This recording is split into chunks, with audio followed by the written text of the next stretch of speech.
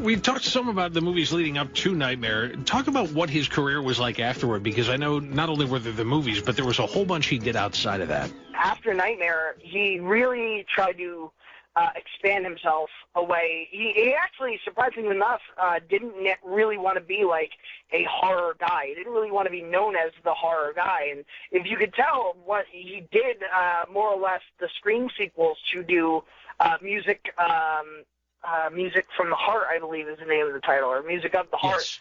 With Meryl Streep, which is all about bringing music to inner city kids, and it's a very uplifting PG kind of movie. And I really think, he was very open to the fact that he really would love to make drama and really love to spread his wings.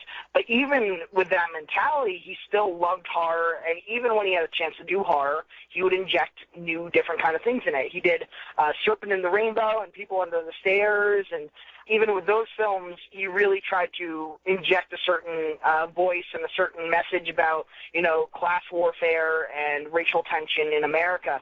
And even beyond that, then he went and he did all three of the Scream movies. And he would later go on to do some other films, the most relevant of which would be Red Eye, which was a big movie with Cillian Murphy and Rachel McAdams, which was very, very Hitchcockian. And, I mean, he had at least one film that was finished that he produced on, which should be coming out next year. The Girl in the Photograph, maybe, is the title of it, I believe. All right. Outside of that, he's been working on a lot of things. He was producing a television show. He was producing comics. He was very much involved in the fan scene. He would definitely, even though he didn't want to be, quote-unquote, the horror guy, he was the kind of filmmaker and the kind of person that would sit down any day of the week to talk about it and talk about it intelligently. Right. So he was, of course, a favorite of the convention scenes. He was a favorite of the film festival scenes.